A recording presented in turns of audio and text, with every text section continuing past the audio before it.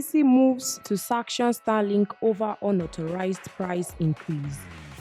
After doubling its monthly subscription fees, internet service provider Starlink has come under fire from Nigerian authorities. The company recently announced a dramatic price increase, raising monthly rates from 38,000 naira to 75,000 naira. The price adjustment extends beyond subscription fees. New customers will now pay 590,000 naira for Starlink's installation kit, which is up from the previous 440,000 naira.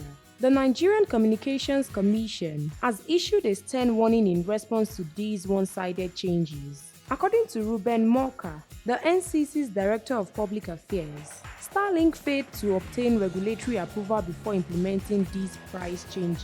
The Commission expressed surprise at Starlink's premature announcement, noting that while the company has filed a request for price adjustment, no official decision had been communicated. The NCC has indicated that this action potentially violates Section 108 and 111 of the Nigerian Communication Act of 2023 and Starlink's license conditions regarding tariff modifications. The regulatory body committed to maintaining stability in the telecommunications industry has promised appropriate enforcement measures.